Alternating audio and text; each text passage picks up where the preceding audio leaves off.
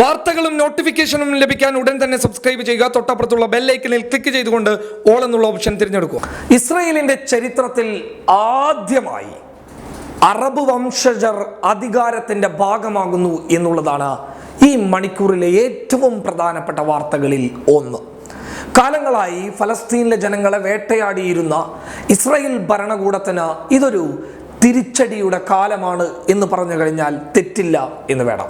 Benjamin Netanyahu എന്ന ഫലസ്തീനിലെ പാവപ്പെട്ട ജനങ്ങളുടെ ചോര കുടിച്ച പ്രധാനമന്ത്രി അധികാരത്തിൽ നിന്ന് പുറത്തു പോകുമ്പോൾ അധികാരത്തിലേക്ക് വരുന്നതും അതേ തീവ്ര നിലപാടുള്ള ഒരാളാണ് എന്നുള്ളത് എടുത്തു പറയേണ്ട മറ്റൊരു കാര്യമാണ്. അതായത് ബെനറ്റ്, വലതുപക്ഷ തീവ്ര പാർട്ടിയുടെ നേതാവായിട്ടുള്ള ബെനറ്റ് തന്നെയാകും അടുത്ത പ്രധാനമന്ത്രി എന്നുള്ള വിവരങ്ങൾ പുറത്തു വരുമ്പോൾ പോലും ഒരു ചെറിയ ആശ്വാസം എന്ന് പറയുന്നത് 8ഓളം പ്രതിപക്ഷ പാർട്ടികൾ ചേർന്നുകൊണ്ടാണ് ഇസ്രയേലിൽ നെതന്യാഹുവിനെ പുറത്താക്കി അധികാരത്തിലേറാൻ വേണ്ടി പോകുന്നത്. അതായത് വർഷങ്ങളോളമായി അവിടെ തിരഞ്ഞെടുപ്പുകൾ നടന്നുകൊണ്ടിരിക്കുകയാണ്. ആർക്കും അവിടെ ഭൂരിപക്ഷമില്ല, എല്ലാവരും തുല്യർ തന്നെയാണ്. അപ്പോഴാണ് 8ഓളം വരുന്ന പ്രതിപക്ഷ പാർട്ടികൾ ചേർന്ന് നിന്നുകൊണ്ട് നെതന്യാഹുവിനെ താഴെയിറക്കാൻ ഒരു ശ്രമം നടത്തിയത്.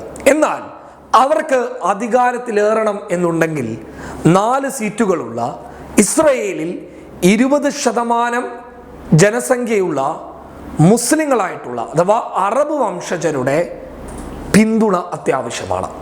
4 സീറ്റുകളുള്ള അറബ് വംശജർ പിന്തുണച്ചാൽ മാത്രമേ പ്രതിപക്ഷ പാർട്ടികൾക്ക് അധികാരത്തിലേറാൻ വേണ്ടിയിട്ട് സാധിക്കുകയുള്ളൂ.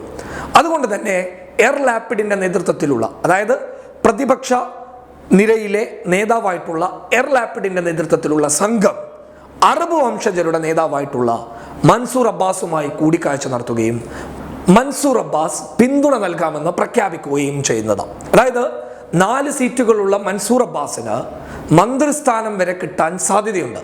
എന്നാൽ മൻസൂർ അബ്ബാസ് നിലവിൽ അതിനോട് ആഗ്രഹം പ്രകടിപ്പിച്ചിട്ടില്ല. കാരണം നെതന്യാഹുവിനെ പോലെ തന്നെയുള്ള മറ്റൊരാളാണ് നിലവിൽ ഇസ്രായേലിന്റെ അധികാരം ഏറ്റെടുക്കാൻ വരുന്നത്. അതായത് ബെനറ്റ് എന്ന് പറയുന്നത് നെതന്യാഹുവിനെ പോലെ തന്നെ ഒരു വലതുപക്ഷ തീവ്രമുഖമുള്ള ഒരു രാഷ്ട്രീയ നേതാവ് തന്നെയാണ്. പക്ഷേ ഇവിടെ എടുത്തു പറയേണ്ടത്, കാലങ്ങളായി ഫലസ്തീനിലെ അറബ് വംശജരെ ഇല്ലാതാക്കാൻ ശ്രമിക്കുന്ന ഇസ്രയേലിന് ഇതൊരു തിരിച്ചടി തന്നെയാണ്. കാരണം 20% മാത്രം ജനസംഖ്യയുള്ള ഇസ്രയേലിലെ അറബ് വംശജർ അധികാരത്തിലേറുമ്പോൾ അത് കാലം സാക്ഷി, ചരിത്രം സാക്ഷി, അതൊരു തുടക്കമാണ് എന്നാണ് ഞങ്ങൾക്ക് പറയാനുള്ളത്. എന്തായാലും 4 സീറ്റുകളുള്ള മൻസൂർ അബ്ബാസ് അധികാരത്തിലേറുമ്പോൾ ഒരുപക്ഷെ വലിയ വിപ്ലവം തന്നെ നടന്നേക്കാം. News desk public Kerala.